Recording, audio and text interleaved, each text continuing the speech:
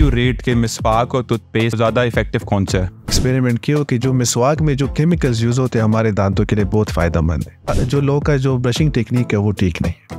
वो मतलब ये है कि बस कहते जितना जोर लगाए इतने दांत, ये गलत है। और हर 6 महीने बाद आपका बच्चा हो या बड़े हो तो उनको कम से कम डेंटल चेकअप होनी चाहिए। हमारे पास लोग इस टाइम आते जब अपने दांत उसके ख़राब होते और कहते डॉक्टर साहब निकाल लो। अगर आपकी ये दांत है तो आपने 45 के एंगल पे रखने, और आपने अगर अपर के दांत है तो इस तरह करना है, सही है। और 6 साल के बाद वो दूध के दांत ख़त्म हो जाते हैं और जो हमारे परमानेंट दांत है वो आते हैं। ज़्यादातर हॉस्पिटल में आप जाएंगे 5-10 पहले जो पेशेंट आए उसने दांत निकाल दिए, इसके बाद उनके पास कहते हमारे पास इंस्ट्रूमेंट ख़त्म हो गए। अलाइनर जो होते हैं उसका फ़ायदा ये है कि वो नज़र नहीं आते, उसको आप रिमूव भी कर सकते हो।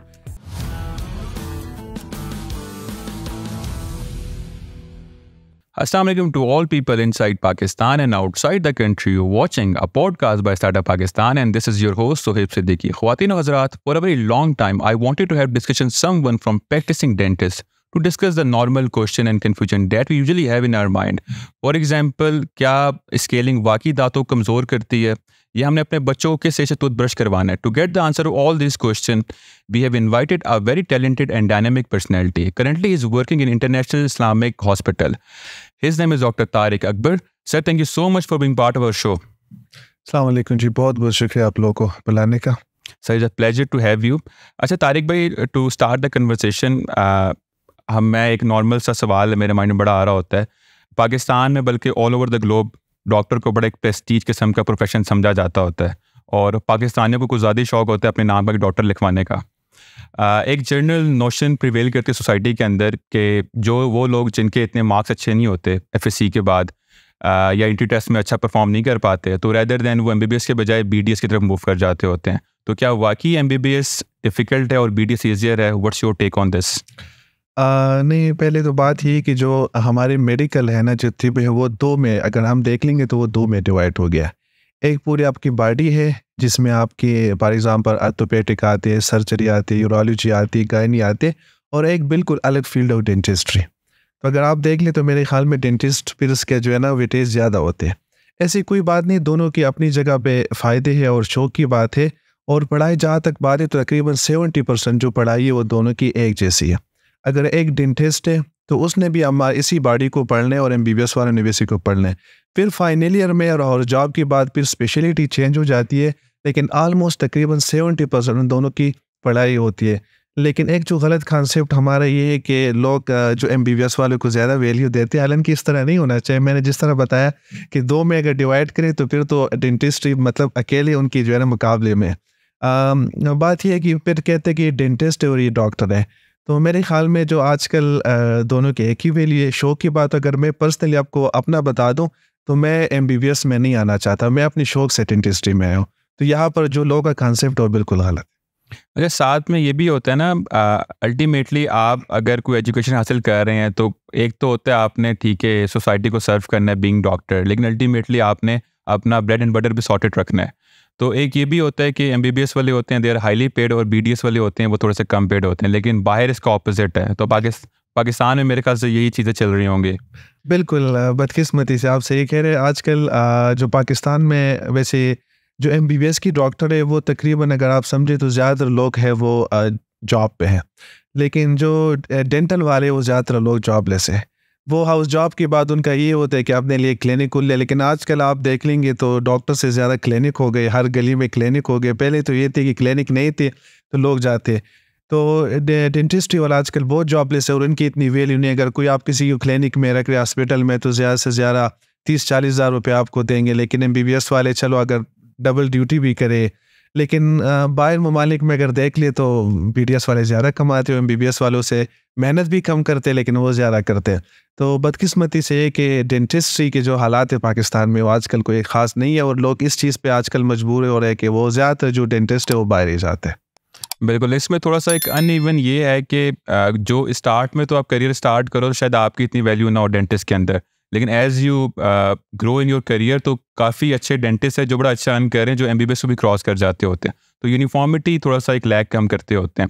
अच्छा, आपने मेंशन किया था कि जिस तरह पाकिस्तान में डॉक्टर ज़्यादा क्लिनिक्स हैं, एक बड़ा कंसर्न होता है कि हम जब भी जाते हैं डेंटिस्ट के पास, अगर एक एज अ पेशेंट या फिर कस्टमर पर्सपेक्टिव, क्या ये डॉक्टर ठीक है कि नहीं, और सेकेंडली क्या जो ये इंस्ट्रूमेंट यूज़ करने जा रहे स्टरलाइज है कि नहीं है। तो फ्रॉम द कस्टमर पर्सपेक्टिव हम क्या चीज़ें ऐसी कर सकते हैं कि जाके हम मेक श्योर कर लें यार एटलीस्ट ये क्लिनिक ऑथेंटिक है। एज ए डेंटिस्ट मैं ये बताऊंगा कि जितनी भी पेशेंट अगर वो आपके हॉस्पिटल या क्लिनिक्स में जाते तो ये पेशेंट का राइट है कि वो सबसे पहले देख ले कि मैंने जिस डेंटिस्ट की बात जाने, फॉर एग्जांपल एक पेशेंट आते कि मैंने अपने दांतों को सीधा करना है, तो वो फिर उसको चाहिए कि वो जनरल डेंटिस्ट के पास ना जाए, इतनी एजुकेशन होनी चाहिए, या लोगों से पूछ ले कि वो ऑर्थोडोंटिस्ट के पास चले जिनकी स्पेशलिटी है। ये पेशेंट का राइट है, अगर वो पैसे दे रहे वो अपना टाइम निकाले, उसका राइट है कि वो डॉक्टर से उसकी डिग्री पूछ ले, किसी बाहर बोर्ड देख ले, उनकी डिग्री वो कर ले। और इसके अलावा जो मेन चीज़ डेंटिस्ट्री में है वो स्टेरिलाइजेशन, कि डेंटल की जो इंस्ट्रूमेंट यूज़ होते हैं वो स्टेरिलाइज होने चाहिए, क्योंकि खुदा न ख्वास्ता ये इंस्ट्रूमेंट अगर स्टेरिलाइज नहीं है, एक बंदे पे आपने यूज़ किया, खुदा न ख्वास्ता उसको हेपेटाइटिस है, हेपेटाइटिस सी, वही इंस्ट्रूमेंट आपकी मुंह में इस्तेमाल हो गए तो डायरेक्टली आपको हेपेटाइटिस लग गया।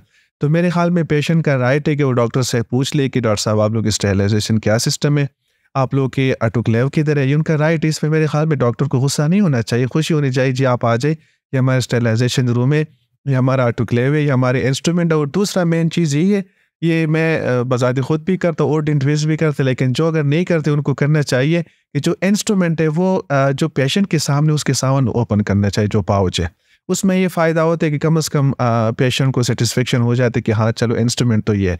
कुछ लेके उन्हें स्टेरिलाइज किए होते हैं, लेकिन वो इस तरह कुल के लेके आते तो फिर मरीज़ कहते पता नहीं कहाँ से लेके।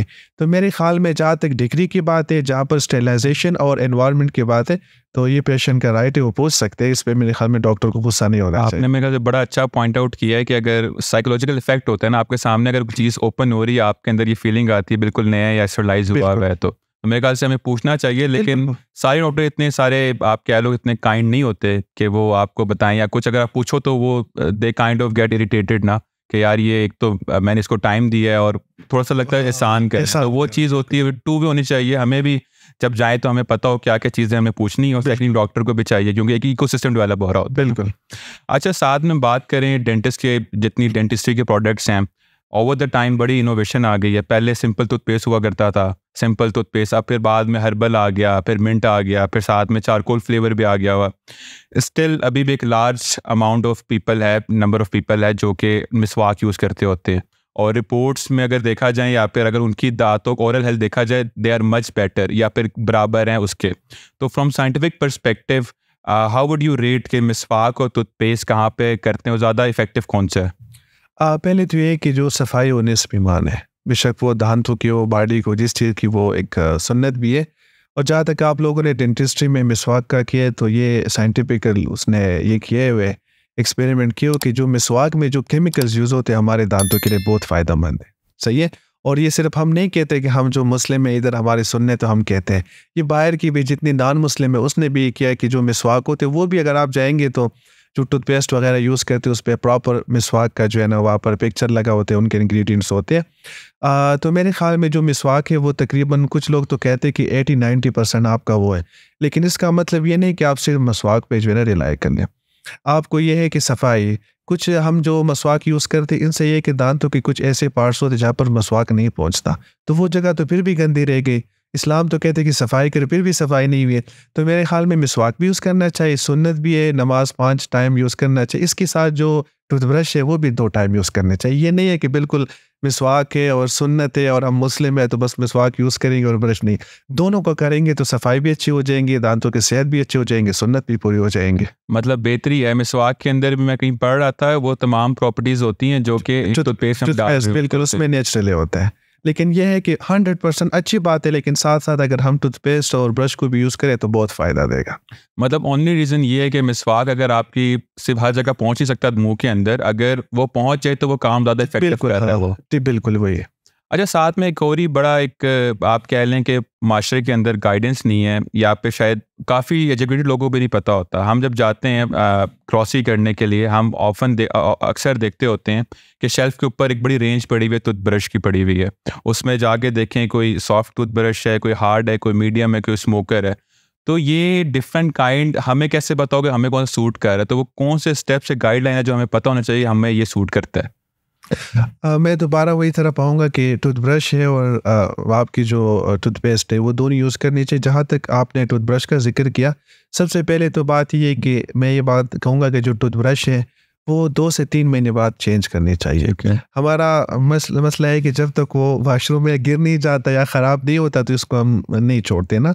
तो 2 से 3 महीने बाद हमें टूथब्रश चेंज करनी चाहिए। मेरे ख़्याल में मैक्सिमम टूथब्रश 500 से ज़्यादा नहीं हो सकता, जितना बंदा लगा ले। हाँ। इसके बाद इसमें फिर कैटेगरीज़ आते हैं, इसमें सॉफ्ट होते हैं, मीडियम होते हैं, हार्ड होते हैं। ज़्यादातर जो हम रिकमेंड करते हैं डेंटिस्ट वो ये है कि हम सॉफ्ट या मीडियम, हार्ड इसलिए नहीं करते, एक हमारा जो लोग का जो ब्रशिंग टेक्निक है वो ठीक नहीं है।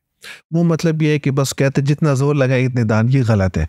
तो अगर एक वो इसका ब्रशिंग टेक्निक ठीक नहीं है, दूसरा वो ज़ोर लगाते और तीसरा आपका ब्रश अगर हार्ड है तो आपके जो दांत है वो क्या हो जाएंगे, ख़राब हो जाएंगे अपनी मसूड़ों के। इसलिए हम कोशिश करते हैं कि हम सॉफ्ट या मीडियम ब्रश उसको दे देंगे। इससे ये है कि एटलीस्ट अगर वो ब्रशिंग टेक्निक ठीक भी ना हो तो कम से कम ये है कि फ़ायदे के बजाय अपने आप को नुकसान ना दे।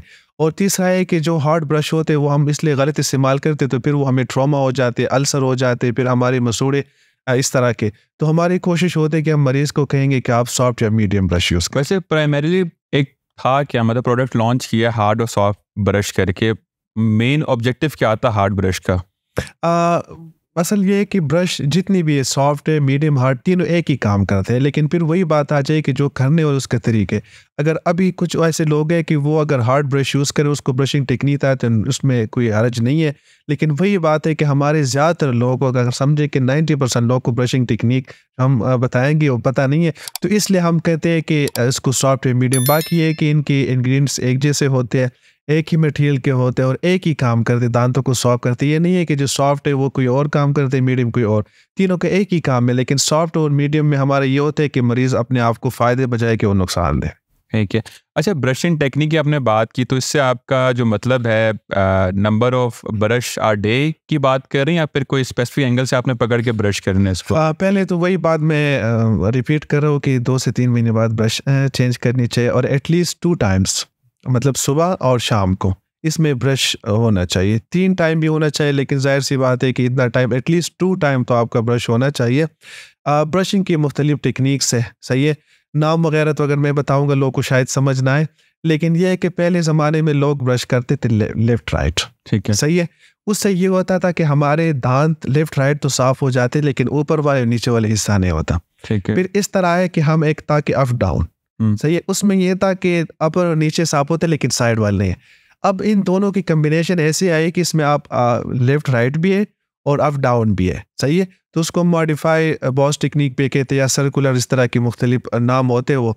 इसमें ये है कि आप अपने जो आपका जो ब्रश है, आपने दांतों को 45 के एंगल पे रखने। अगर आपकी ये दांत है तो आपने 45 के एंगल पे रखने, और आपने अगर अपर के दांत है तो इस तरह करना है, सही है। तो जो आपकी मसूड़ों और दांतों के दरमियान जो गैप है, जहाँ पर गंद वगैरह प्लॉक कैलकुलस जमा होते तो वो निकल जाएंगे। लोअर से आप करेंगे तो आपने अपर की तरफ करना है, और इसके बाद आपने सिर्फ एक सामने वाले दांतों पे ब्रश नहीं करना, आपने इस तरह भी ब्रश करने, ऊपर वाले दांतों पे करने, ज़बान पे भी ब्रश करने और ताले पे ब्रश करने। आजकल तो ये ब्रश की बैक साइड पे ताले और ज़बान के लिए वो चीज़ भी आई हुई है, तो ये चीज़ होनी चाहिए। बाकी ये कि ड्यूरेशन, जो ब्रशिंग टेक्निक्स जो ड्यूरेशन है वो एटलीस्ट 3 to 5 मिनट्स होना चाहिए। 3 to 5 मिनट्स, ये नहीं है बस हम, मतलब आपने हमेशा देखा होगा बस जल्दी में होंगे, कोई स्कूल जाते, कोई ऑफिस जाते, कोई क्या क्या होता है हमारा, ये कोई फ़ायदा नहीं, इससे बेहतर है ना करें। 3 to 5 मिनट्स ये आइडियल टाइम है। 4 भी हो सकते हैं, 5 भी हो सकते हैं। अगर इससे ज़्यादा है उसका भी नुकसान है, अगर इससे कम है उसका भी नुकसान है। अगर कोई कहेंगे कि मैं 10-15 मिनट करूँगा ये फ़ायदा, तो ये नुकसान देते, ज़्यादा केमिकल्स यूज़ होंगे, ज़्यादा आप मतलब अपने दांतों को रगड़ेंगे। अगर 3 मिनट से कम है उसका भी फ़ायदा नहीं, क्योंकि आपने ब्रश को दांत के हर हिस्से को, ये जो हमारे मुंह में दांत, इसका सामने वाला हिस्सा सिर्फ हमारे दांत नहीं है, पीछे वाले भी है, साइड वाले भी, आपने दांत के हर पार्ट को साफ करना है। एक भी रह जाएंगे, बैक्टीरिया रह जाएंगे, फ़ायदा है। तो यही है कि वही बात है कि 3 to 4 मंथ्स या 2 मंथ्स आपने ब्रश चेंज करना चाहिए। ड्यूरेशन 3 to 5 मिनट्स होना चाहिए और सुबह शाम होना चाहिए। मेरे हमारा ये होता है ना कि बस सुबह उठते हैं, हमारे मुंह से एटलीस्ट स्मेल निकल जो अच्छा, एक फ्रेश फील आने लग बाकी जाए, ब्रश होते हैं। लेकिन अल्टीमेटली ये ऐसी चीज़ है जो आप करते रहोगे ना जाके, उसके बाद आपके ना खुद ब खुद एक सेट हो जाती है आपके हाथ में फ्रीक्वेंसी, आप उसे कह लें, बिल्कुल, तो आपको फील होता है अब वो दांत साफ हो चुका है। तो क्या नहीं हुआ था, बिल्कुल। तो टाइम मेन चीज़ है ये। अच्छा, साथ ही में एक और बड़ी माशरे के अंदर रहनुमाई नहीं है। बच्चों के टूथब्रश भी आ गए हुए हैं मार्केट के अंदर, तो एक राइट एज है जो जिससे बच्चे को हम कह लें कि यार अब यहाँ से टूथब्रश करवाना शुरू कर दें? क्योंकि नॉर्मली क्या होता है, बच्चे टूथपेस्ट खा लेते होते हैं और फिर आगे जाके उनका पेट ख़राब और बाकी डिफरेंट बीमारी आ जाती हैं। तो राइट एज क्या है अगर from your point of view, जो कि साइंस क्या कहती होती है? जो बच्चों के दांत हैं वो भी बहुत इम्पोर्टेंट है। हमारे माशरे में एक सोच है कि क्या है, दूध के दांत गिर जाएंगे, लेकिन फिर जब बच्चों को दर्द होता है, जब हॉस्पिटल हमारे पास क्लिनिक आते हैं, तो बच्चों से ज़्यादा तकलीफ में उसके पेरेंट्स होते हैं। सही है। और फिर हम कहेंगे तो वो एक ब्रश के बजाय 2 ले लेते हैं, बजाय कि वो टाइम पे। सबसे जो आइडियल एज यही है कि 2 साल से ब्रश स्टार्ट करनी चाहिए बच्चों। बाहर कंट्री में तो तकरीबन 1 साल से तो नहीं, लेकिन 18 मंथ से वो स्टार्ट कर लेते हैं। वो नहीं है कि 2 साल का बच्चा अपना ब्रश पकड़ेंगे, वो उसके पेरेंट्स करवाएंगे, वो उसको करवा लेंगे। और ताकि वो कम अज़ कम एटलीस्ट जितनी भी दांत है 2 साल में, फॉर एग्जांपल जितनी भी दांत सामने वाले होते हैं और 1-2 पीछे वाले कुछ आते हैं, वो साफ कर लें तकरीबन। और इसके बाद 3 साल तक या 3.5 साल तक बच्चों की मसल्स इतनी वो नहीं होता कि वो खुद करें। इसके बाद ये होता है कि वो पेरेंट्स उनके सामने जब ब्रश करें, उनके सामने करें, तो बच्चे उनको देख के वो कर लेते हैं। हमारे ये होता है कि जब दांत में दर्द आ जाते हैं और जब बच्चे जो है चीख जाते हैं और कहते हैं हमें दर्द है, इसके बाद हम जाते हैं और उनके लिए ब्रश वगैरह लेते हैं। फिर इसके बाद हम ट्रीटमेंट पे बहुत पैसे लगाते हैं, लेकिन ब्रश ले लेते हैं। जहाँ तक आपने टूथपेस्ट की बात की, तो बच्चों के लिए स्पेसिफिक टूथपेस्ट आ गए।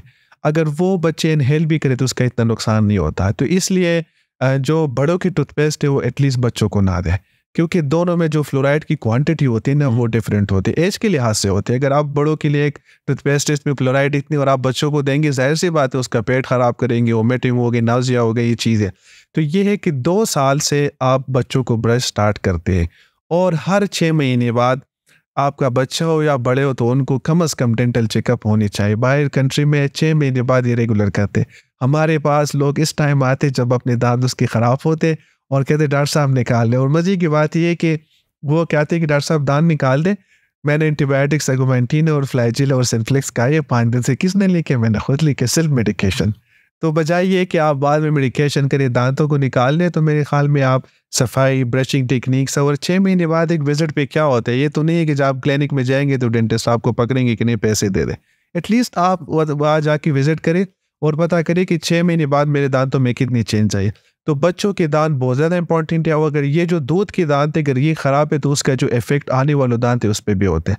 तो पेरेंट्स को चाहिए कि एटलीस्ट अपने बच्चों को ब्रश की आदत बनाए, उसको टूथपेस्ट स्पेसिफिक दे जो बच्चों की होंगी, और इसके अलावा उनका भी टूथब्रश टाइम के बाद चेंज करें और ज़्यादातर मीठा वगैरह ना दें।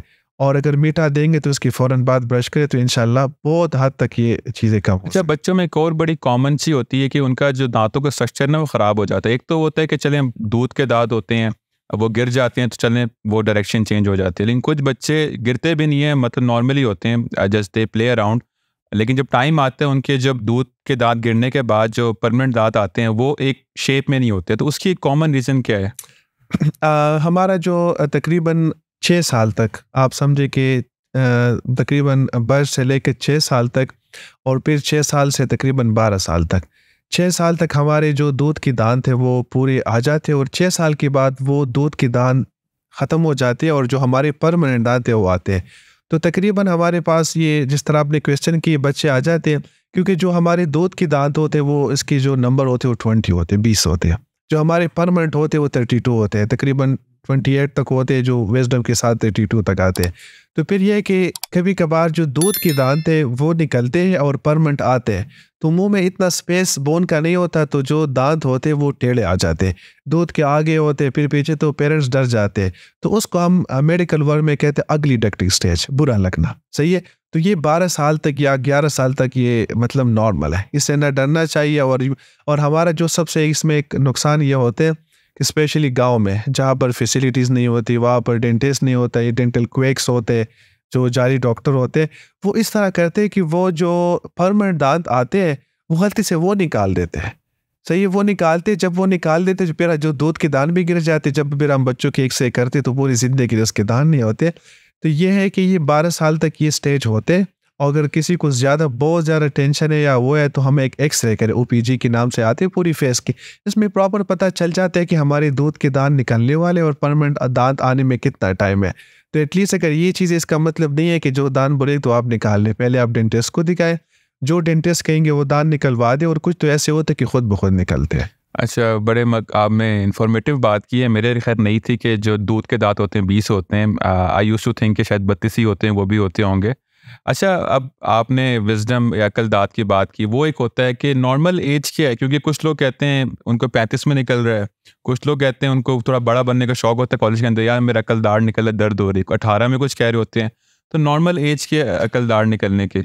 वैसे उनका जो स्टार्टिंग एज है वो 18 से होते हैं, सही है। वो असल में अकलदार, कुछ लोग ये है कि विजडम ये थे, वो असल में सबसे एंड वाले होते हैं। और जब इस टाइम बंदी का मतलब विजडम ये है कि बिल्कुल वो मेच्योर हो जाते तो आखिरी दांत आ जाते हैं।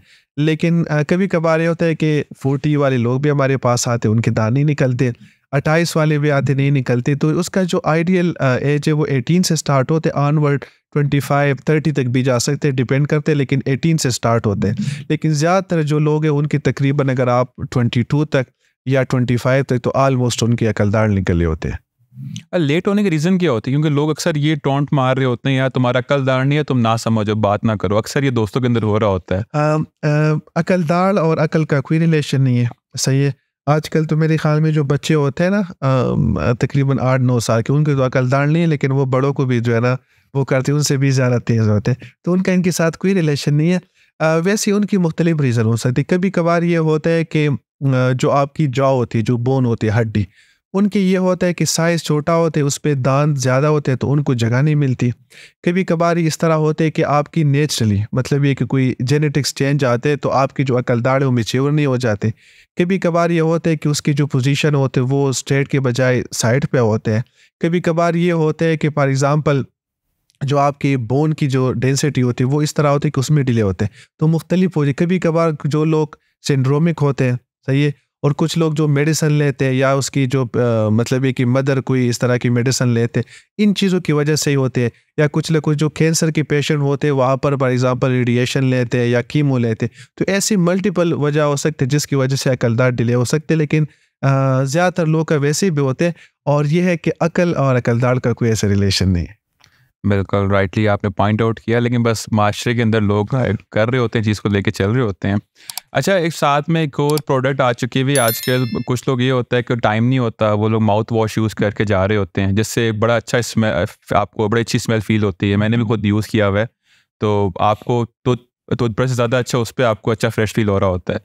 तो क्या ये उसका ऑल्टरनेटिव आ चुका है या फिर एक एडिशनल प्रोडक्ट है जो कि आपकी ओरल हेल्थ के अंदर आप ऐड किया है रूटीन के अंदर? जहाँ तक माउथ वाश की बात की, हर वो केमिकल जो हम यूज़ करते हैं उसके फ़ायदे भी होते हैं लेकिन नुकसान भी होता है। अगर हम 100% कि मैं माउथ वाश रेगुलर यूज़ करता हूँ, ये गलत बात है। माउथ वाश रेगुलर यूज़ नहीं करनी चाहिए। माउथ वाश में गैप होना चाहिए। अगर आपने फॉर एग्ज़ाम्पल मैं कहता हूँ 15 दिन यूज़ किया तो एटलीस्ट आपको हफ्ते का गैप होना चाहिए या 10 दिन का गैप होना चाहिए, ठीक है? इसलिए कि माउथ वाश में केमिकल्स होते हैं, वो जो हमारे मुंह के अंदर जो कुछ बैक्टीरिया ऐसे होते हैं जो फ़ायदे वाले होते हैं, बेनिफिशियल होते हैं, उसको भी मार लेते हैं। अगर आप रेगुलर यूज़ करेंगे तो बाकी बैक्टीरिया को भी मार लेंगे, लेकिन जो बैक्टीरिया हमारे लिए फ़ायदा देते हैं उसको भी मार लेते हैं ना। तो माउथ वाश का रेगुलर यूज़ करना भी ठीक नहीं है। फॉर एग्ज़ाम्पल कुछ लोगों ने तो बस माउथ वाश है। और दूसरी बात है कि माउथ वाश खालिस फॉर्म में यूज़ नहीं करना चाहिए। थोड़े से आपको पानी में इस्तेमाल करके उसके टाइम ये है कि कितना भी टाइम मुँह में रख के 2 से 3 मिनट सही है। लेकिन regular mouth wash for example 2, 3, 4 महीने रेगुलर, ये ठीक नहीं होता। अगर आप नीम गर्म पानी में नमक डाल के, सबसे अच्छे माउथ वाश अगर ब्लड प्रेशर के पेशेंट नहीं है, तो ज़्यादातर माउथ वाश की अच्छी चीज़ है, सही है। लेकिन ये कि रेगुलर उसकी आदत भी ये है कि आपके जो बेनिफिशियल बैक्टीरिया उसको मार ले। पाकिस्तान के अंदर सेंसिटिविटी का मसला बड़ा एक कॉमन हो चुका है। इवन कुछ लोग जो कि रेगुलर ब्रश करते हैं, अपने दांतों का ख्याल रखते होते हैं, उसके बावजूद भी ना उनको जब वो चाय या ठंडा गर्म पीते हैं तो उनको एक फील हो रहा होता है। तो सेंसिटिविटी की कॉमन रीज़न क्या है और हम उसको कैसे कंटेन कर सकते हो? पहले तो ये कि सेंसिटिविटी जो होती है वो क्यों होती है। हमारे जो दांत है उसकी बेसिक 3 जो पार्ट्स होते हैं। सबसे जो हमें नज़र आती है उसको हम मेडिकल वर्ड में एनेमल कहते हैं, फिर दूसरे को डेंटिन कहते हैं, तीसरा पल्प होते हैं। जो हमारे नर्व होते हैं जहाँ पर सेंसेशन होते हैं वो 3rd पार्ट में होते हैं। जब आपकी दांत के दोनों पार्ट मतलब ये कि ख़राब हो जाए, किसी वजह से आप ट्रॉमा हो जाते या गिर जाते या कैरीज लग जाते या किसी वजह से जब आपकी थर्ड जो पार्ट है वो एक्सपोज हो जाते तो फिर आपको सेंसिटिविटी हो जाती है। तो ये मुख्तलिफ हो सकती है। एक बंदे को फॉर एग्ज़ाम्पल कैरीज लग गई, वो कीड़ा लग गया या किसी का दांत टूट गया, वो रेगुलर ब्रश नहीं करते, तो इस वजह से जब वो पार्ट मतलब एक एक्सपोज हो जाए तो सेंसिटिविटी हो जाती है। इसके अलावा हमारे जो ज़्यादातर लोगों को सेंसिटिविटी इस वजह से होते हैं कि वो गम्स की प्रॉब्लम होते हैं। जब हमारे जो मसूड़े होते हैं वो दांतों के एक लेवल पे होते हैं, वो जब अपने लेवल से थोड़ा नीचे आ जाते तो वो फिर जो हमारे दांत का जो हिस्सा होता है जिसको रूट कहते हैं, जड़, वो एक्सपोज हो जाते हैं। तो जड़ जो है वो तकरीबन तीसरी पार्ट से भी पीछे, तो वो नीचे, तो उसमें भी सेंसिटिविटी हो जाती है। उसकी सबसे ज़्यादा जो वजह होती है कि जब हम खाना खाते तो हमारे ब्रशिंग टेक्निक ठीक नहीं होता, ओरल हाइजीन हमारे ठीक नहीं है, तो हमारे दांत और मसूड़े के दरमियान गैप, उसको हम कहते हैं पॉकेट्स, वहाँ पर ये सिंपल ये गंद वगैरह जमा होते हैं और फिर उस पर जब टाइम गुजर जाते, हम सफाई नहीं करते, ब्रश नहीं करते, ओरल हाइजीन मेंटेन नहीं करते, तो वहाँ से फिर वो स्टोन बन जाते हैं। सही है, पहले प्लाक होते हैं नरम सा और इसके बाद वो स्टोन जिसको हम कैलकुलस कहते हैं, वही स्टोन बेसिकली बैक्टीरिया होते हैं। जब फिर हम ब्रश करते तो हमने ब्रश को नहीं करते, वो स्टोन के ऊपर हम ब्रश करते जो हमारे ब्रश तक पहुँच, हमारे दांतों तक पहुँच नहीं थे, तो वहाँ पर ये कि बैक्टीरिया ग्रोथ करते, वहाँ पर फिर हमारे इन्फेक्शन हो जाते। तो फिर जब हम खाना खाते, ठंडा गर्म पीते हैं, तो इसके बाद हमें सेंसिटिविटी होते हैं। तो कभी कभार अगर आपको ठंडा गर्म लगते और इसके अलावा मसूड़ों से खून आते हैं, तो बेहतर ये कि हम स्केलिंग की तरफ चले जाए। और कभी कभार ये कि अगर हमारा कोई दांत है वो उसमें कैरीज वगैरह है या इस तरह के मतलब हमें पता चले, तो हम फिलिंग्स करें, रूट केनाल करें, उसको कवर करें, मसूड़ों का मसला हल करें, तो किसी हद तक ये कम हो सकते हैं। रीज़न कि आपने मेंशन किया कि आपके मसूड़े या गम्स ऊपर हो जाते होते, तब जाके आपका वो एरिया एक्सपोज हो जाता है, तो वो जहाँ पे जाके आपको फील होता है। तो नॉर्मली वो क्यों ऊपर जा रहे हो? ये बाय एज ये प्रोसेस है नॉर्मल? मुख्तलिफ वजह हो सकती है। एक तो वही है कि जो गम्स हमारे अपने लेवल से नीचे चले जाते हैं, उसके ये है कि हमारे जो फॉल्ट ब्रशिंग टेक्निक है, एक यही है कि हम ब्रश को इसी तरह करते तो हमने अपने मसूड़ों को ख़त्म करने होते हैं। इसके अलावा हमारे कुछ ऐसे लोग होते हैं कि जो मेडिसिन लेते हैं, स्पेशली जो ब्लड प्रेशर के पेशेंट्स होते हैं, शुगर की पेशेंट होते हैं, वो मेडिसिन इस तरह होते हैं कि उसकी वजह से आपकी वो खाते हैं। प्रेगनेंसी में फीमेल्स को ये जो मसूड़े हैं वो ग्रोथ भी करते हैं और अपनी जगह से। इसके अलावा कोई और मेडिकल प्रॉब्लम हो जिसकी वजह से मसूड़े जो हमारे हो।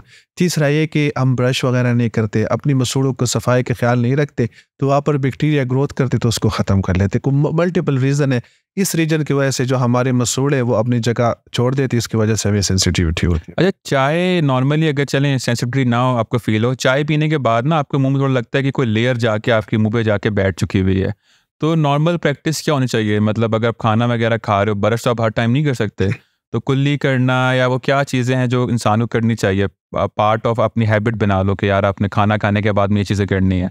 वैसे खाने के बाद तो जो कुलिया वगैरह वो तो मतलब सुन्नत भी है। एटलीस्ट हम अगर कुछ भी नहीं कर सकते तो कुलिया वगैरह करें। अगर उस टाइम पे अगर हम नीम गर्म पानी में नमक डाल के वो करें तो बहुत अच्छी बात है, लेकिन ये है कि हर जगह तो वो अवेलेबल नहीं होता। तो एटलीस्ट खाने के बाद या चाय वगैरह के बाद एटलीस्ट हम कुलिया करें। लेकिन मसला ये है कि ये नहीं है कि आपने गर्म चाय पी ली और उठ के डायरेक्टली आपने ठंडे पानी से होके, ये भी गलत है। इसकी वजह से आपकी दांत और ख़राब होते हैं, सेंसिटिविटी बढ़ सकती है ना। तो अगर चाय पी ली फिर थोड़ा सा वेट कर लो जब आपकी जो मुंह की टेम्परेचर है वो थोड़ी सी नॉर्मल हो जाए, और इसके बाद फिर बेहतर ये कि आप कुलिया वगैरह करें। तो एटलीस्ट ये होते हैं कि जब हम खाना खाते या कोई कोल्ड ड्रिंक्स वगैरह पीते तो हमारे दांतों के ऊपर एक नरम सा लेयर बन जाते, जो लेयर पे अगर आप पानी कहेंगे तो वो ख़त्म हो जाती। इन लेयर पे अगर तकरीबन 1 दिन या 2 दिन गुजर जाते तो फिर वो क्या हो जाते, वो हार्ड हो जाते, फिर वो कैलकुलस में। तो फिर जब वो हार्ड हो जाते तो फिर वो ब्रश के अलावा या आपकी डेंटल स्केलिंग के अलावा किसी और चीज़ से नहीं जाते। तो बेहतर यह है कि खाने के बाद इन चीज़ों के बाद अगर हम पानी का इस्तेमाल करें तो ये सॉफ्ट लेयर नहीं बनेगा। जब ये सॉफ्ट नहीं बनेगा, हार्ड नहीं बनेगा, जब हार्ड नहीं बनेगा तो आपका मसला नहीं होगा। बेहतरीन। अच्छा, आपने मेंशन किया कि आप नॉर्मल तरीका सबसे अच्छा बेस्ट ये है कि आप गर्म पानी करें, उस पर नमक डालें और उसको गरारा या कुल्ली करें। तो इसकी साइज़ क्या है बेसिकली पीछे, अगर मैं समझना चाहूँ कि इसकी किस तरह से हेल्प आउट कर रहा होता है? बेसिकली जो हमारे नमक होते हैं ना, इसमें एंटीबैक्टीरियल इफेक्ट होते हैं। सही है।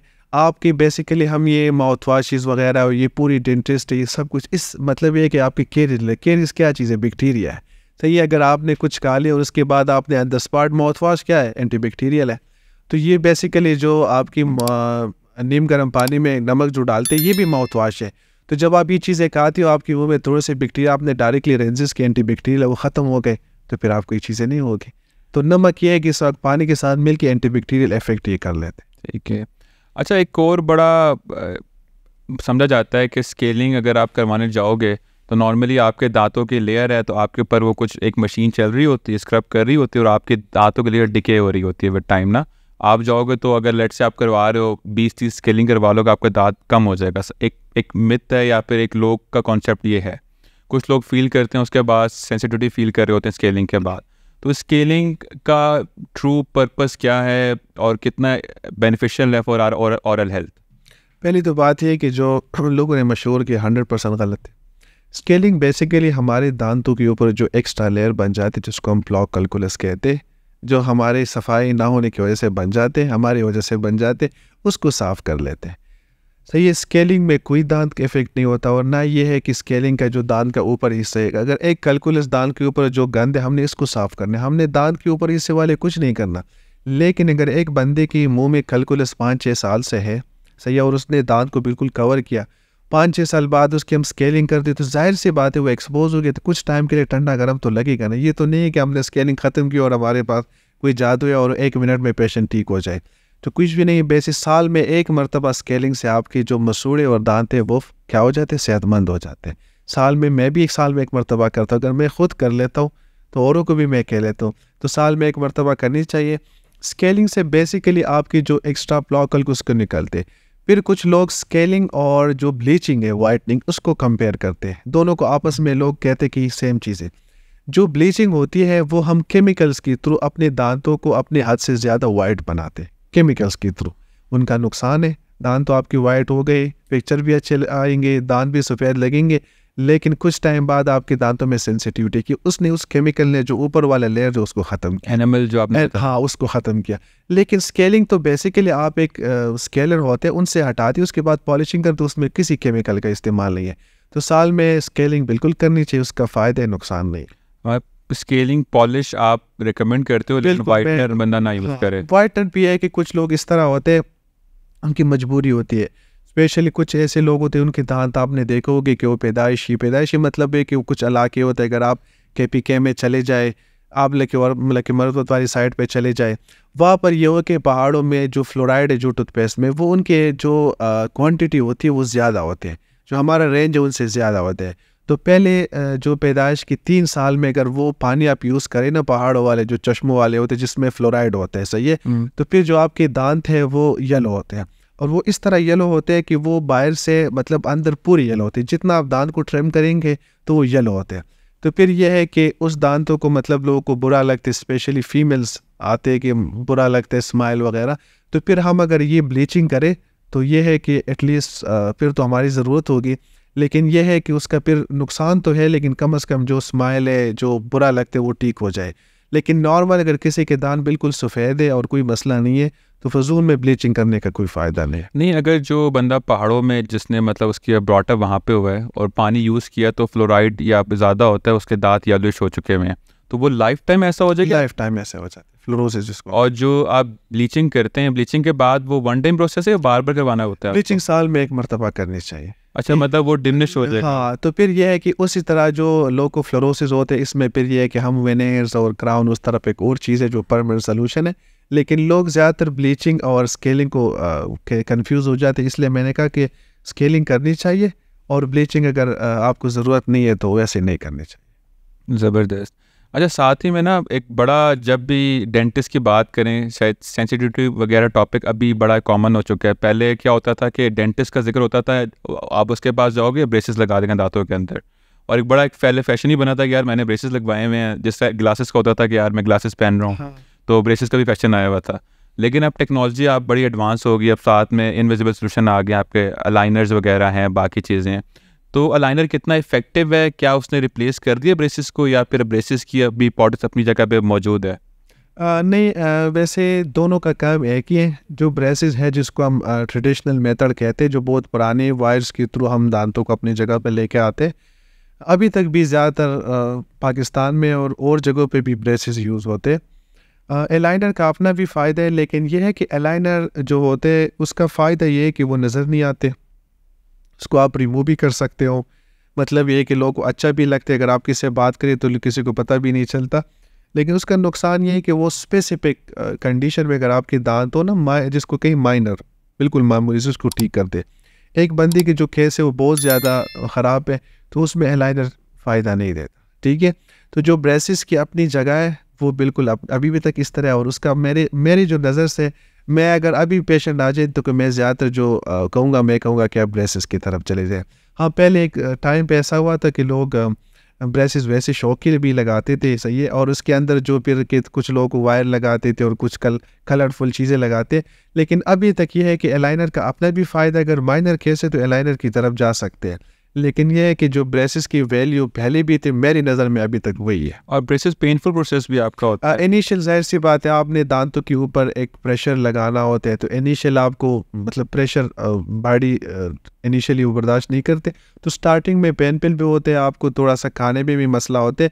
लेकिन with passage of time maximum हफ्ता बहुत ज़्यादा करेंगे, 10-15 दिन बाद नॉर्मल हो जाते, फिर मरीज़ को फील भी नहीं होता। अच्छा, आप जाओ ना डॉक्टर के पास, वो आपको डिफरेंट कैटेगरी बता देगा। ब्रेसेस इस टाइप की ब्रेसेस है, आप कह लो सिरेमिक की है, मेटल की है, आप शायद प्लास्टिक की भी आ रही है जो सिंथेटिक उसे कहते होते हैं। वो कंफ्यूज कर देंगे आपको ना, वो आपको बेस्ट से बेस्ट बताएंगे यार ये इसका ज़्यादा अच्छा फ़ायदा है, ये आप लगाएंगे ज़्यादा अच्छा फोर्स डालेगी आपके दांतों के ऊपर। तो इसके पीछे क्या ट्रुथ है कि या वो ठीक कह रहे होते हैं या फिर उन्होंने अपना बस मैक्सिमम कस्टमर को जो है मैक्सिमम वाली चीज़ बेचनी होती है, मंजन बेचना होता है? बात तो ये है कि एंड पे रिजल्ट सबका एक ही है।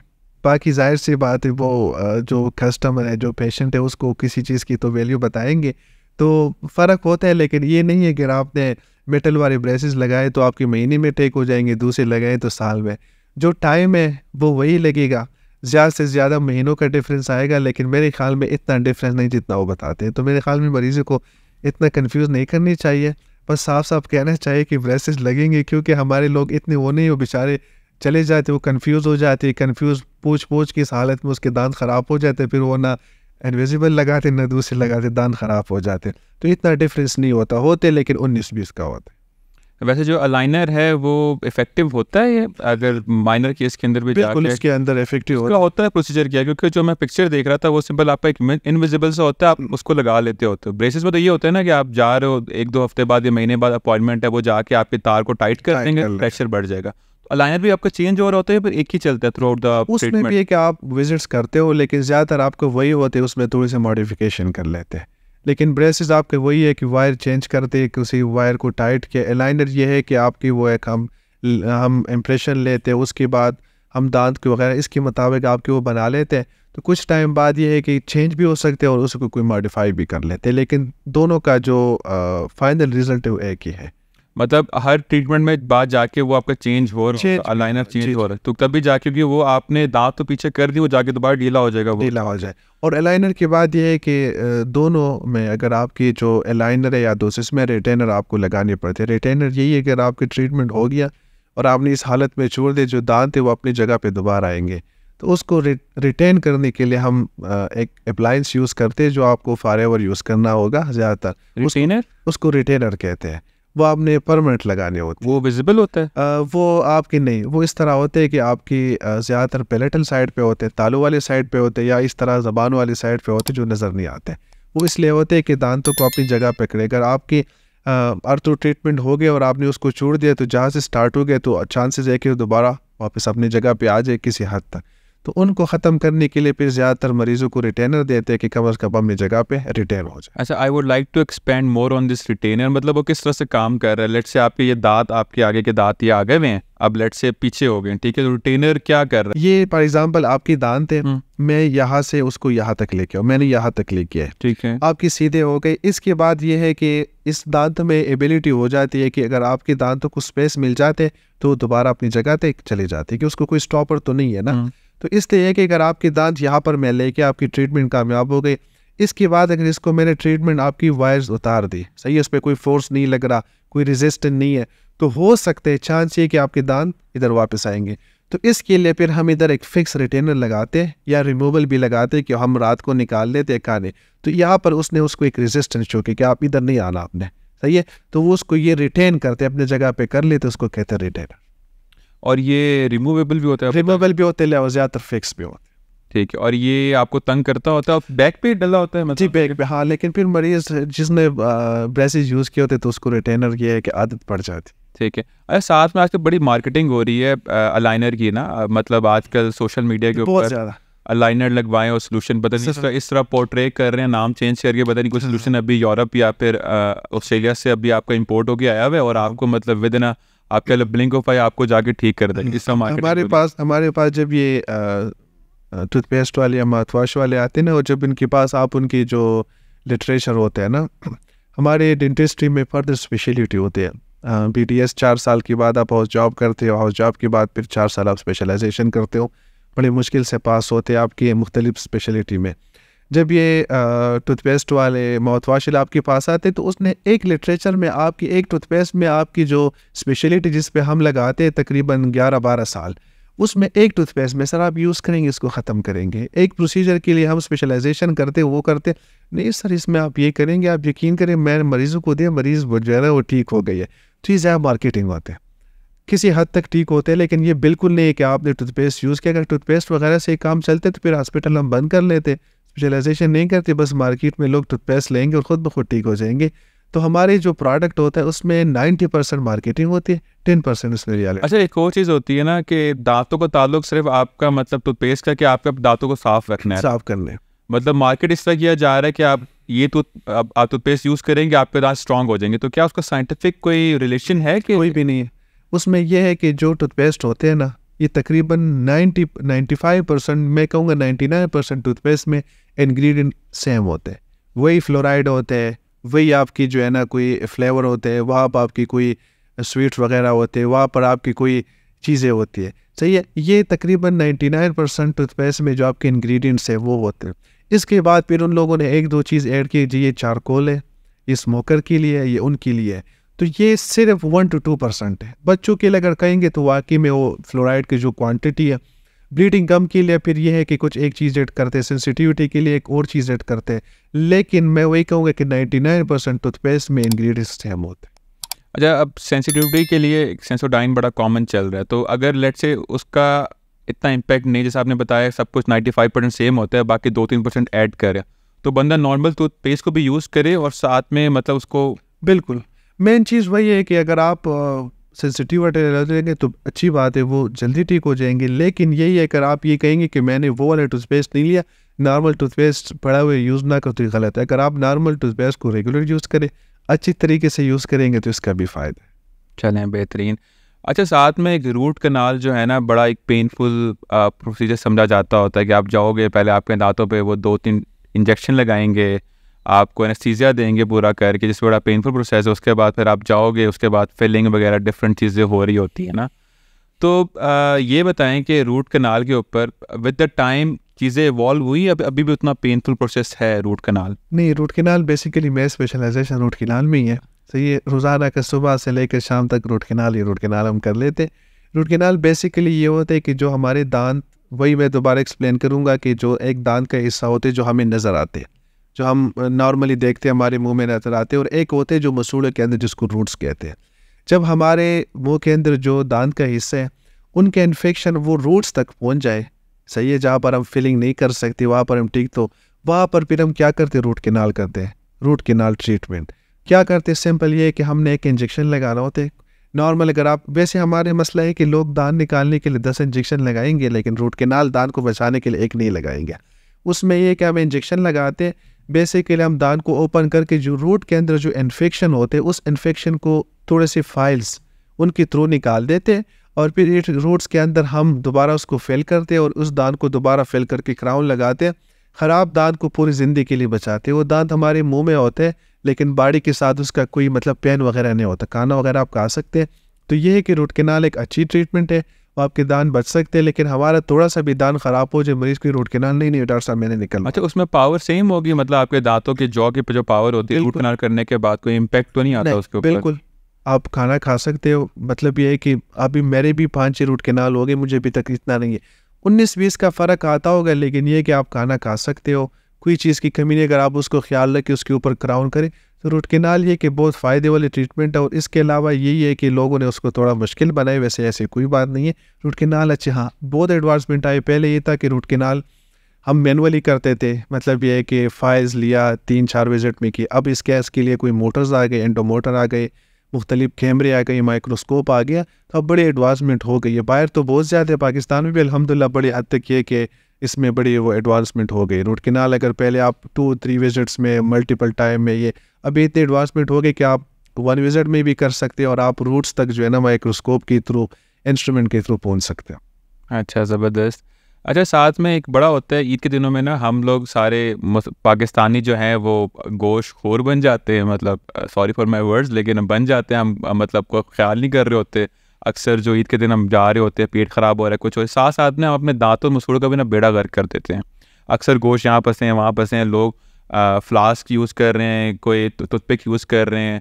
तो वो टूथपिक क्या इफ़ेक्टिव है या अल्टीमेटली वो ख़राब कर रहे हैं? क्योंकि अक्सर लोग क्या करते हैं, वो लेके टूथपिक इतना इतना उसको खुरेद रहे होते हैं ना, ब्लीडिंग स्टार्ट हो जाती होती है। टूथपिक जो यहाँ के जो लोग यूज़ करते हैं बिल्कुल गलत है। वो इस तरह कर लेते कि एक तो टूथपिक चलो है, कुछ लोग तो ज़मीन से कोई लकड़ी उठा के जो माचिस की तीली उनको करके टूथपिक बना लेते हैं, हालांकि नुकसानदेह है।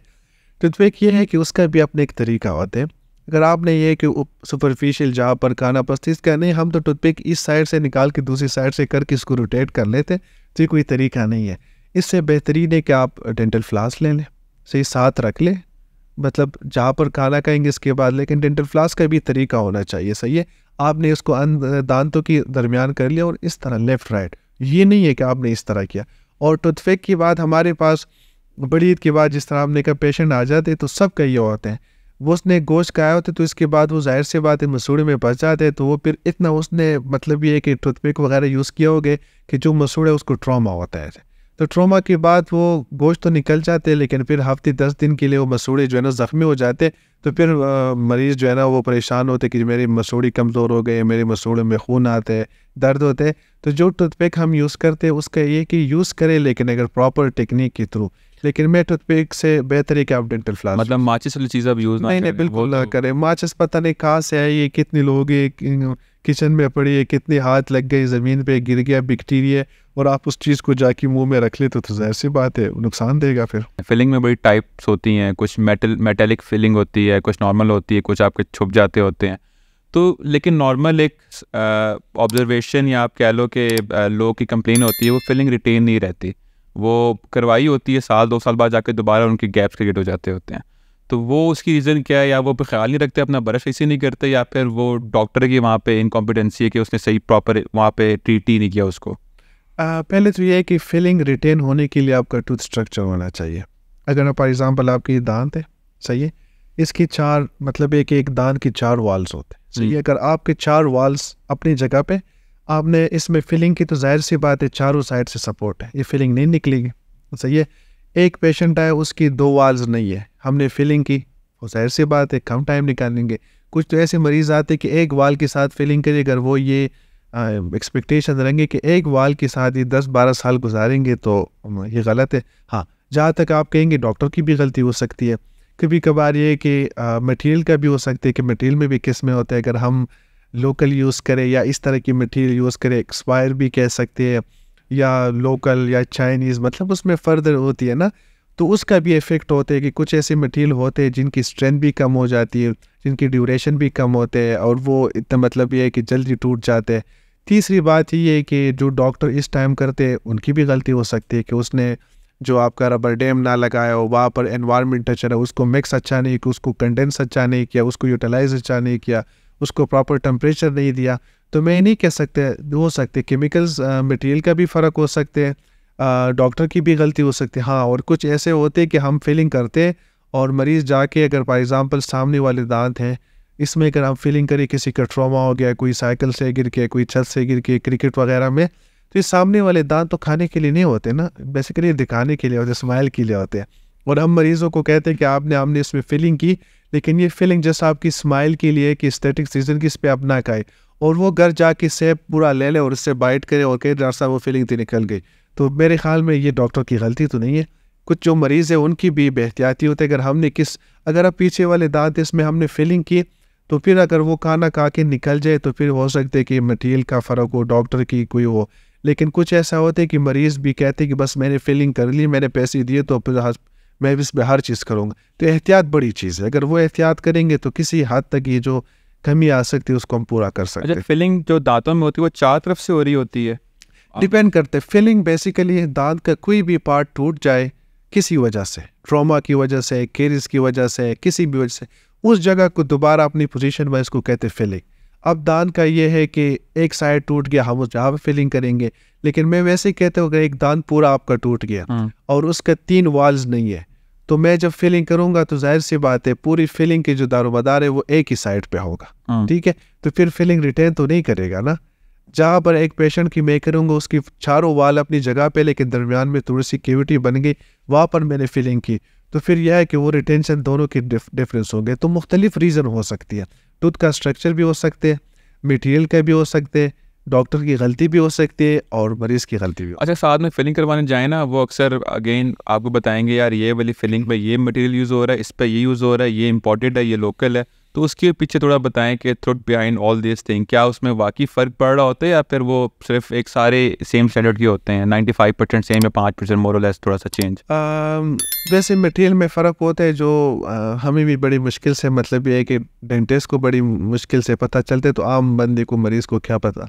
हाँ, लेकिन वो पूछते हैं ना कि आप इस पे ये कॉस्ट आएगी, हाँ, इस पे ये आएगी। हाँ, लेकिन बेसिक ये है कि फॉर एग्जांपल आपकी जो सामने वाले दांत हैं, जो तकरीबन एटलीस्ट 6 मतलब 6 दांत ऊपर 6 नीचे, जो तकरीबन कैनाइन टू कैनाइन, अगर इसमें आपकी कोई दांत मतलब टूट जाए तो वहाँ पर हम फिलिंग करेंगे, तो वहाँ पर हमने टूथ कलर फिलिंग करनी, जिसको लेज़र लोग कहते हैं, लेज़र की फिलिंग दांत की शेप की, उसको टूथ कलर। जिस फॉर एग्जांपल अल्लाह ताला ने दांतों की मुख्तलिफ शेड के A1 A2, उस शेड में वो फिलिंग आती है। पहले हम वो शेड लेते हैं और करने से पहले थोड़ा सा फिलिंग निकाल के दांत पे रखते, तो जब रखते तो पता नहीं चलता कि एक मतलब ये कि कोई एक्स्ट्रा, तो फिर वो शेड सिलेक्शन करते हैं और फिर हम यहाँ पर फिलिंग।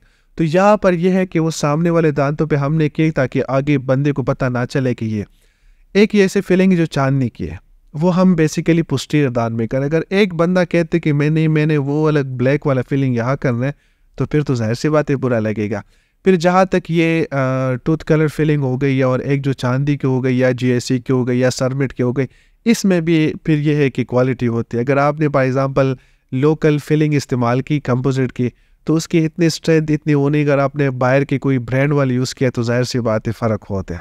लेकिन यह है कि यहाँ पर जो हम यूज़ करते हैं ना, ज़्यादातर ये है कि मतलब ये है कि लोकल होते हैं, इतनी जाहिर सी, क्योंकि आजकल मटीरियल हमारी जो बदकिस्मती ये है कि हमारी डेंटिस्ट्री के जो मटेरियल है वो ज़्यादातर बाहर से आते हैं, और बाहर से आके वो आजकल आपको तो वो इंपोर्ट भी बनता है, और जब बाहर से उसकी जो कीमत है वो ट्रिपल से भी ज़्यादा हो गई।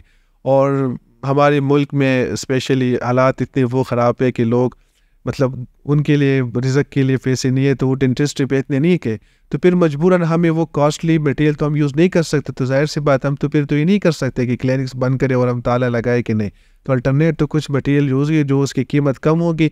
जब कीमत कम होगी तो जाहिर सी बात है थोड़ा सा उसकी प्रॉपर्टी जो होगी वो भी कम होगी।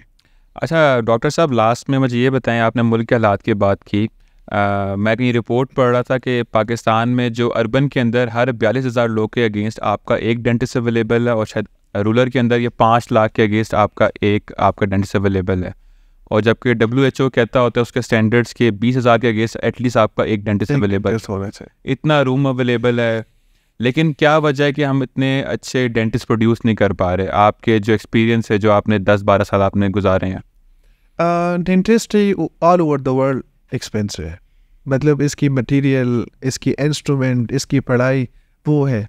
और हमारे पाकिस्तान में अगर आप जाएंगे तो आपको किसी भी मतलब आप इस्लामाबाद में जाएंगे आपको कोई गवर्नमेंट हॉस्पिटल नहीं मिलेगा। एक पेम्स है जब भी हो गया, इसमें भी आप जाएंगे तो वो बराए नाम गवर्नमेंट है, लेकिन उसमें भी आपको पे करने होगी चीज़ें, थोड़ी सी प्राइवेट क्लिनिक से कम होगी। बदकिस्मती है कि हमारे पास गवर्नमेंट के पास इतनी फैसिलिटीज़ नहीं है कि वो हमें करेंगे, क्योंकि आपने देखे होंगे कोई भी बंदा उनकी डेंटल इंश्योरेंस नहीं होता, बाहर भी नहीं होता। पाकिस्तान तो बड़ी है ना, तो डेंटिस्ट इसलिए कि उनके जो मटेरियल होते हैं वो इतनी कॉस्टली होती है, उनकी इंस्ट्रूमेंट, कि वो हर बंदे को हम प्रोवाइड नहीं कर सकते। इस वजह से ये है कि हमारे ज़्यादातर हॉस्पिटल में आप जाएंगे तो वहाँ पर सिर्फ बेसिक डेंटिस्ट्री होती है। बेसिक ये होता है कि बड़ा सा हॉस्पिटल है, हॉस्पिटल के कोने में एक कमरा दिया होता है, एक यूनिट दिया होता है और एक डेंटिस्ट को हायर होता है और वो कहते हैं सिर्फ दांत निकाल ले। उधर सिर्फ आप दांत निकाल सकते हैं और वो भी ऐसे इंस्ट्रूमेंट दिए होते हैं कि 5-10 पहले जो पेशेंट आए उसने दांत निकाल दिए, इसके बाद उनके पास कहते हमारे पास इंस्ट्रूमेंट ख़त्म हो गए। तो इस वजह से है कि जो हालात है, तो जाहिर सी बात है सिर्फ दांत निकालने की फैसिलिटीज़ आपके पास गवर्नमेंट हॉस्पिटल में तो हालात तो ये मतलब गवर्नमेंट में बाकी आपकी फैसिलिटीज़ नहीं है, बहुत ज़्यादा कम है। मतलब अगर आप जाएंगे कुछ हॉस्पिटल होंगे जहाँ पर आपको बेसिक, जिस तरह निश्तर हो गया, खैबर कॉलेज ऑफ डेंटिस्ट्री हो गया, इस तरह की जो डेंटिस्ट्री है कॉलेज, वहाँ पर आपको फैसिलिटीज़ प्रोवाइड करते हैं लेकिन बहुत कम। लेकिन अभी अगर आप बेनज़ीर में चले जाए, फॉर एग्जांपल इस्लामाबाद को करेंगे, CDM में चले जाए, पॉली क्लिनिक में चले जाए, तो टोटल 2-3 यूनिट्स लगे और वहाँ पर भी बेसिक काम होते हैं। अभी जाएंगे एक मरीज़ तो कहते मेरे दांत में दर्द है, वो आपको 3 महीने बाद अपॉइंटमेंट देंगे। मरीज़ उधर दर्द से मर रहे और कहते 3 महीने बाद आ जाए। सही है, तो ये अलमिया ना। अभी भी आप खैबर कॉलेज ऑफ डेंटिस्ट या किसी भी गवर्नमेंट कॉलेज में ब्रेसेस के लिए चले जाएंगे तो आपको एटलीस्ट 2 साल का गैप देते कि 2 साल बाद आ जाए। इसकी रीज़न क्या है? वर्कलोड ज़्यादा होता है या फिर उनके पास इक्विपमेंट नहीं होती? वर्कलोड डॉक्टर तो माशाल्लाह बड़े अच्छे हर जगह पे, लेकिन जाहिर सी बात है वो मटेरियल मंगवा लिया, इधर आपके पास पेशेंट का लिस्ट जमा हो गए 100, मटेरियल आगे 100 पेशेंट पे ख़त्म हो गए। फिर आपको पता है कि गवर्नमेंट या किसी हमारा क्या होता है कि पहले हम जी पेजेस भर लेते, फिर अप्रूवल की भेजते, फिर वो जाते ऑडिट हो जाते। हम मरीज़ तो ये नहीं कर सकता कि आपकी ऑडिट अप्रूव होने से पहले वो मरेगा, तो फिर उसके आने में टाइम लग जाते। तो उनको पता होता है कि इस मटेरियल में हमने 2 महीने के टाइम के बजाय मरीज़ को 4 महीने का टाइम देते कि वो ना, तो हमारा पूरा जो एक सिस्टम है इस तरह जा रहा है, तो इस वजह से डिले हो रहा है और इतनी फैसिलिटीज़ नहीं है कि वो डेंटल की फैसिलिटीज़ दे। वेरी अलार्मिंग कि एक बंदे जिसको पेन है, अफोर्ड नहीं कर सकता, वो गवर्नमेंट हॉस्पिटल जो स्टेट का अस्पताल है वहाँ पे आता है इलाज की गर्ज से, उससे पता लगता है कि 2-3 साल बाद जाके उसको टाइम मिलेगा, तो वो बंदा क्या करे वहाँ पे जाके। इस पर वो यही तो अलमिया है कि स्पेशली जो हमारे विलेजेस होते हैं, ऐसे इलाके, वो अगर आपने देखे होंगे तो यंग बच्चे तकरीबन 18 से लेकर 25 साल में, उनकी ज़्यादातर लोग जो उसके देख लेंगे तो दांत नहीं होंगे। क्यों निकाला जी? दर्द था, क्योंकि और फैसिलिटीज़ नहीं होती उधर। सिर्फ हॉस्पिटल में एक ही चीज़ होती है कि आप उसको निकाल लें, क्योंकि प्राइवेट के पैसे हर बंदे के पास तो नहीं होते। कुछ लोग इस्लामाबाद या ऐसी एरियाज़ में जो लोग अफोर्ड कर सकते, बाकी ये है कि वो लोग कहेंगे बस 2 टाइम का खाना भी मिल जाए तो बड़ी बात है। तो डेंटिस्ट्री पे कुछ लोग लगाते नहीं है, लेकिन ये कि ज़्यादा लोगों के पास इतनी फैसिलिटीज़ नहीं है कि वो डेंटिस्ट्री की तरफ देंगे, तो वो कहते चलो दांत है, दर्द है तो निकाल ले, बाद में लगा लेंगे। चलें, उम्मीद करते हैं कि पाकिस्तान में डाउन द लाइन जाके चीज़ें इम्प्रूव हों और ये जाके डेंटल इंश्योरेंस बड़ी ज़रूरी है। जिस तरह सेहत कार्ड आपका पाकिस्तान में आया था, आपकी एक हॉस्पिटल सेक्टर आपका बूम किया था उस टाइम के ऊपर। हाँ बिल्कुल। तो सेम अगर डेंटल इंश्योरेंस वगैरह आपकी आ जाए तो शायद ये पाकिस्तान चीज़ें बदल जाए, क्योंकि ये चीज़ें ज़रूरी हैं, हमें बड़ा इग्नोर बेसिक है। क्योंकि डेंटिस्ट्री पे आपकी मतलब डेंटल भी मैं कहूँगा आपकी बॉडी का हिस्सा है और डेंटल तो इतने इंपॉर्टेंट है कि आप जितना भी खाना खाते हो, जितने भी, सबसे पहले आपकी शुरुआत दांतों से होती है। अगर आपकी दांत ख़राब है, सही है, वहाँ पर आपकी डाइजेशन सही नहीं होगी, डाइजेशन सही नहीं होगी, आपकी बॉडी की एनर्जी कैसे मिलेंगे, आप मैदे के मरीज़ होंगे। तो मेरे ख्याल में डेंटिस्ट्री बहुत ज़्यादा इंपॉर्टेंट है बाकी फील्ड से। एग्जैक्टली। अच्छा डॉक्टर साहब, thank you so much for your time. बड़े मज़े का सेशन आपके साथ लगा पॉडकास्ट के ऊपर, जो कि मेरे काफ़ी इन्फॉर्मेटिव था। जिस तरह बच्चों के जो दांत 20 होते हैं, ब्रशिंग टेक्निक कौन सी होनी चाहिए, घर में आप क्या क्या चीज़ें यूज़ कर सकते हो, इस तरह की चीज़ काफ़ी आप जो मिथ है वो डीबंक के हैं। होप सो ऑडियंस के लिए भी काफ़ी फ़ायदेमंद होगा। Audience, thank you so much for watching our podcast. If you want to watch more podcast और content like this, then please stay connected. खुदा हाफिज़, टिल द नेक्स्ट एपिसोड।